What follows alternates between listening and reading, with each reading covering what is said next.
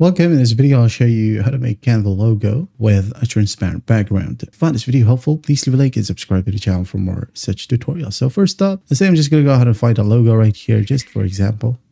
Okay, just like this one right here. I'm going to drag and drop it. Let's say we have this background color. Okay, so fit it however you want, just like so.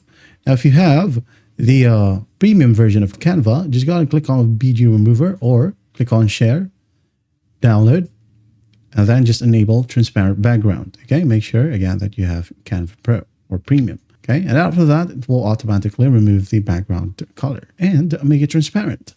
So if you don't have the Canva Premium or Pro, click on Share, download it as regular PNG. Okay, make sure that again it is set to PNG and download it.